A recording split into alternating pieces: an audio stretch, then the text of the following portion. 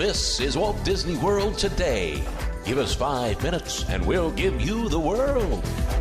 It's Friday, April 13th, 2006, and this is episode number 87 of Walt Disney World Today. I'm Matt Hodgford from mgmstudios.org. On the show today, we have bestseller Len Testa of the Unofficial Guide to Walt Disney World. Welcome, Len. How's it going, Matt? Outstanding. And we have Mike Newell of MouseWorldRadio.com. Welcome, Mike. Hello, everybody. And rounding out our panel today is, of course, Mike Scopa of MousePlanet.com. Welcome, Mike. Matt, your cadaverous pallor betrays an aura of foreboding, almost as though you sense a disquieting metamorphosis. It's probably more syllables than anyone of us have ever uttered in a single sentence on this show. It's definitely true, Len. And today we're talking about the Flower and Garden Festival. The Flower and Garden Festival is occurring 1st through June 11th, 2006. Now, the festival has a lot of different little mini-events that kind of make up the whole event. And Len, I think you might be the best place for us to start with in terms of what goes on at Flower and Garden. Yeah, there are a couple of, actually there are about half a dozen themed weekends for Flower and Garden. Each one of them has a slightly different area of focus. One of them, of course, is Mother's Day because the festival runs through the middle of May when Mother's Day is. There are a couple of very interesting ones. One is called Art in the Garden, and that's May 5th, 6th, and 7th, which I believe is a Friday, Saturday, and Sunday. And that actually has a really neat kids activity called Kids Paint Out, where you get to do art, and kids get to do art and paint, finger paint and stuff like that. There's also one called I Dig Bugs, which is the last weekend, June 2nd, 3rd, and 4th, where you get to see, learn all about bugs that are beneficial for your garden. There's a beekeeping exhibit, a couple other really neat things as well. But check on the official Disney website. Will actually tell you what all of the themed weekends are and what's involved. In addition, there's some really neat attractions. I say really neat because Matt hates Flower and Garden. But there's some. I've been the last couple of years, and I think a couple of these exhibits you definitely want to get to. One is called the Backyard Garden Party, which is Home Depot's exhibit. And I swear to God, if they were to sell the stuff that they exhibit for you there, everyone and their brother would buy it. It's like the ultimate deck, that they've got set up back on last year was I believe at World Showcase. But it's like, that engineered wood that doesn't rot. They do a huge simulated redwood deck on that with multi-levels and bench seating.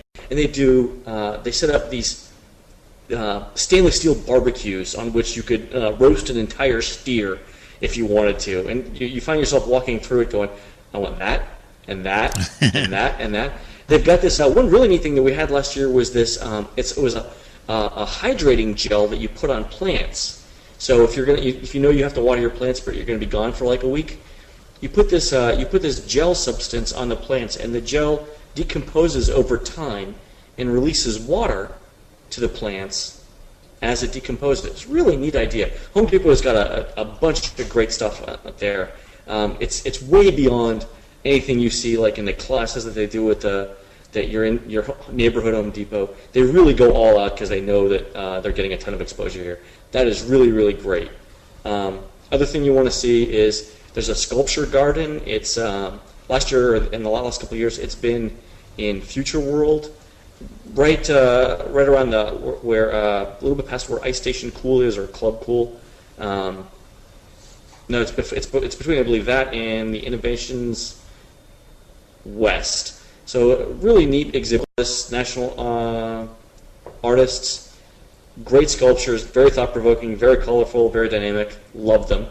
Another one is something called Tricks of the Trade, where it's Disney horticulturalists telling you all about how they do plants within Walt Disney World. So how they maintain the lawns, how they do the plants, the trees, the shrubbery. There's a topiary exhibit. There's I think this year they're doing something in Italy. It's container gardens. So it's how they do blooms and stuff like that, and container plants. Finally, one other thing you want to see is there's a fragrance garden at the France Pavilion. And I don't know if they did this last year, Matt. Do you know? I don't think so. It doesn't sound like something I've heard. I could be wrong, but I haven't. I mean, really, no one knows smelling better than the French. So I've got to definitely want to try that out. I don't wonder what it is. It's got, I don't know if it's fragrances like perfume and stuff like that, but definitely someone try that and let me know what it is. That's of course, the main events that are going on, and this is, of course, the Flower and Garden Festival. We should mention is happening at Epcot. There's no other events that are going on outside of Epcot. Is that right? Right. It's all on Epcot. Oh, by the way, the rest of Epcot is simply awash in color. They've got new plants everywhere. They've got displays everywhere. Fantastic photo opportunities throughout Epcot. So definitely go bring the camera. And how does Flower and Garden work into? Of course, crowds is always a concern. Is this should we avoid Epcots on certain days? I mean, how does this all play out, really, Len? No, I think it's fine. Well, one of the benefits of having the festival last so long is that it really disperses the crowds out.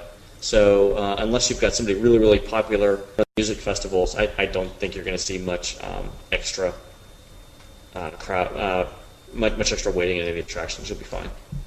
Right. So as long as the senior citizens don't come down to see one of the acts like Tony Orlando, then you should be all set. Is Tony Orlando really there? Yeah, he is. Tie a yellow ribbon. Here he goes. Anyway. And he's off. Well, yeah, definitely. I mean, definitely there's some really neat things. I really like the backyard garden party. I know I sound like a shill for Home Depot here. It was really cool. I'm telling you. Sculpture garden, very good. Good. Well, I was going to say, I thought this would be a good time to say that I'm underwhelmed by the Flower and Garden Festival because I feel that a lot of this stuff is stuff that we expect to see at Disney World all the time, and it's stuff that we wouldn't stop for ordinarily. Half the events over here aren't, I wouldn't call them events. Like Premiere Weekend, they call that as an event. Any event has a Premiere Weekend. It's not an event, it's just the opening. You have to have one. The I Dig Bugs, it looks to be more of a real just plug for the Bugs Life movies, because the whole event really it speaks to me as what's wrong with Epcot and what they were trying to get away from. This kind of like preaching education that they had, and the Teddy Bear and Doll Weekend, which I'm not sure if you mentioned, Len, I think that's kind of interesting because that's something you can't see. But the topiaries, we see topiaries at every park now. I mean, it's part of Disney, like I said earlier. The difference is this is actually hands-on stuff on topiaries, so it's somebody explaining to you how the topiary are done. Granted, a few topiary exhibits aren't really much, but when you've got an actual order who can explain to you what it is, then that's completely different. Do you think this appeals to guests, though? I don't see this as an appeal. I think this is like something that, your grandfather who doesn't want to ride anything, who can't ride anything, perhaps, might be interested in this. But I think the vast majority of guests are going to look at that, see the flowers. Oh, isn't that cool? Okay, but how long is the wait for Soarin' today? So, that's my thoughts. Anyone else, feel free to jump in here. I can't disagree more, dude. One day I'm gonna find you a park that you like. I think the educational stuff. It's not heavy-handed, right? It's not like fun with science. It's practical stuff that you can learn and apply back home. How many of us have looked at Disney Gardens or Disney Topiary or Disney Landscaping and said, "My God, if I knew what I was doing and I had the money and the time, I would do that right there." Similarly, like the stuff with the hydrating gel, right? That's exactly what Epcot is supposed to be. It's supposed to be, here's stuff that companies are coming out with, cutting edge of science, or not cutting edge, but relatively new in the market. Here's something you can apply to your house using some new technology. That's exactly what Epcot's all about. Basically, and the smelly French people, the flower and garden show is basically innovations outside, really. That's a good point. Innovations, they should do that. The backyard garden party. Somebody take a cue and say, look what Home Depot is doing here. And I bet you leaving there, ask them what percentage of them have a positive impression of Home Depot after they leave that backyard garden party, and I guarantee you it's more than any exhibit in Innovations. Well, I think apart from the Flower Power concert series, which Mike Newell is going to talk about in just a little bit, I'm not impressed by any of it. I find it really not trivial, but I find it just, I don't think that the average guest is that interested in it. And I think that if it wasn't for the Flower Power concert series, I think this would be a really dull event. I mean, I don't know. None of the events, aside from the Flower Power concert series, really jump out at me as something that's must do. I think all of them are nice if you've got time, if you want to go look around. But if you're in Disney for a short amount of time and you've got to do some things, I can't imagine any of us would recommend to someone to go do the Flower and Garden Festival over, say, some of the main attractions at either Epcot or any of the other parks. That's just my opinion. I think I would actually recommend, I mean, in terms of interventions or the backyard garden party and a couple other things, I'd definitely recommend the Flower and Garden stuff. And really, I mean, Matt, it's just so colorful over there. The sculpture garden is very interesting. The flower exhibits are great. It really adds a whole new level to Epcot. I really like it. You know what we got to do, Len? What we have to do is we have to put stormtroopers on top of Spaceship Earth. Exactly. That'll make Matt happy. Matt, come smell the begonias. Well, let's move on to the Flower Power concert series, which is a popular event going on. And Mike Newell, I think you're probably the person to talk to about that. Who can we expect to see over here? Actually, I'm looking at the list now, and the Nelsons are actually going to be there. Gunnar and his kids? Yeah, they had a couple of good tunes back in the 90s. I don't know what they're up to these days, but I would go check those guys out. I saw them one year. They were pretty good. Really?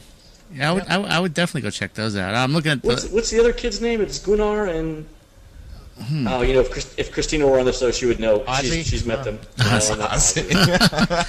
Harriet. I'm not sure. A lot of these you can tell. A lot of the bands, based on how Disney is naming them, you can tell either there's litigation. Matt, they're on to you. Run. I love that.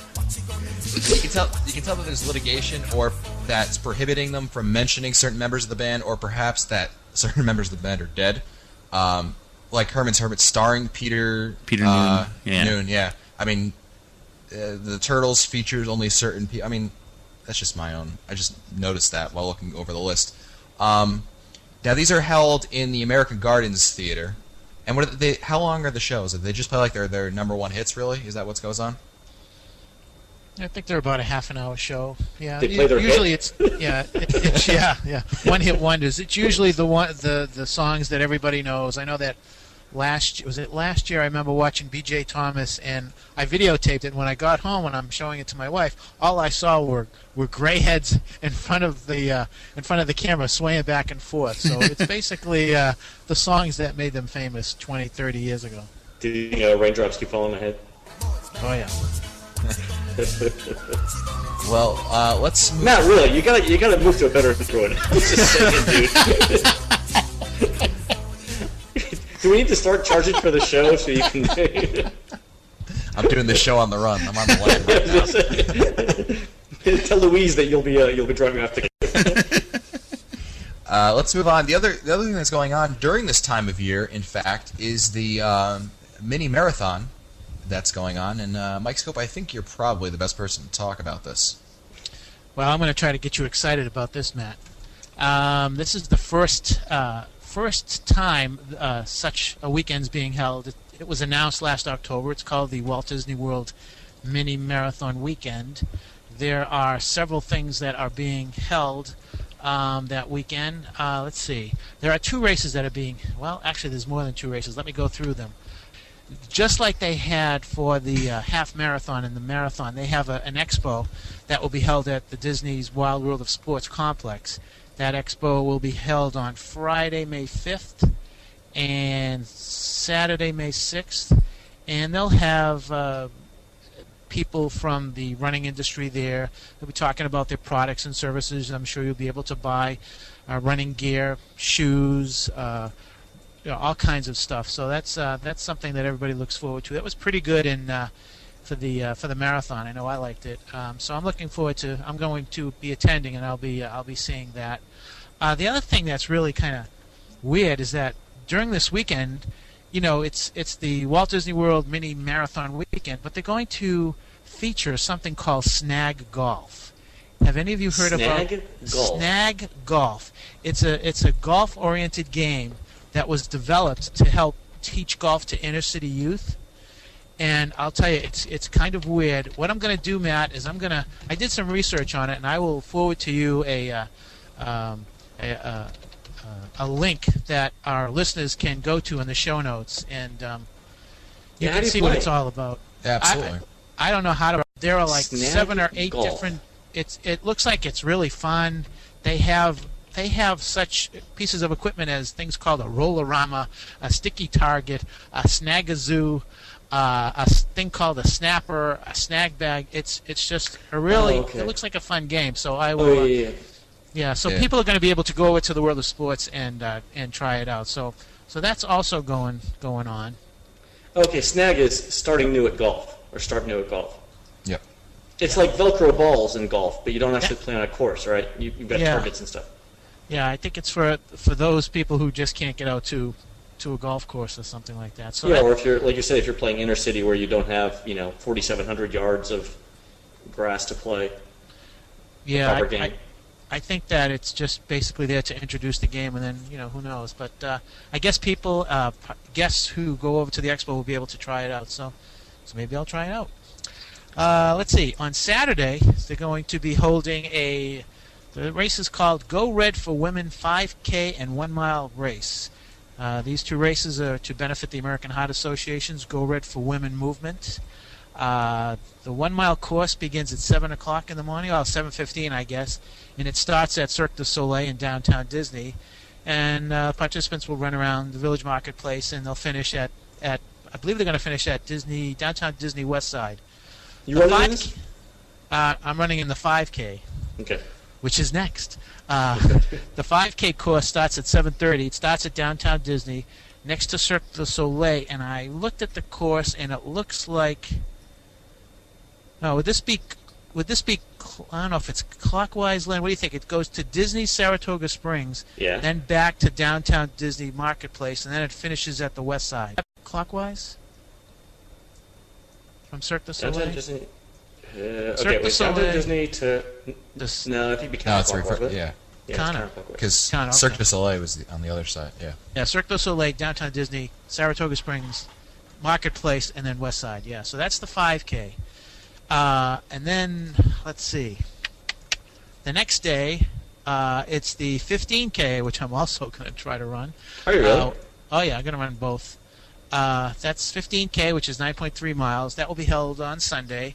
That will start at 6:30, and that begins at the Disney Animal Kingdom Park, theme park, Matt's park and my park. Oh And yeah. that course begins at that. It begins in the parking lot, and I think you just go a little bit through the park, then you come out, then you make your way towards World of Sports, and then at the World of Sports you go onto the highway and you go through the back entrance to MGM. You come out through the stunt show, then you go down past the big city streets. You go past the commissary. You go in front of the Great Movie Ride. Then you turn around in front of the Hat. You go down past the Indiana Jones Stunt Spectacular. Then you go out the MGM Studios theme park, and then you run along that that walkway that goes to the Boardwalk Villas. Yes, right along. You eventually come to the Swan and Dolphin complex area. I call the Swolphin. You go over the bridge. You go past Stormalong Bay. You eventually come into International Gateway. You go in. You come in through Great Britain in World Showcase, and you run counterclockwise around World Showcase, and you finish outside Epcot at the parking lot. So that's the 15K. That's the big event for the weekend. Let's see if there's anything else I need to tell you about that. Anybody who wants to run has to be 11 years old. There are entry fees. I believe the entry fees run anywhere from the $25 for the 5K if you register before the 17th, and it's $30 if you register after the 17th. The 1 mile run is a $20 entry fee before the 17th, and I think it's $25 after April 17th. I'll have to I hope everybody double checks these. The 15K, I believe, is a little bit more. Don't know how much it is. I think I'm not sure. I think we can post the link in the show notes, Mike. Yeah, we'll post a link. Yeah. But like the marathon, Len, there's a 15-minute minimum pace, so be interesting to see if people get swept.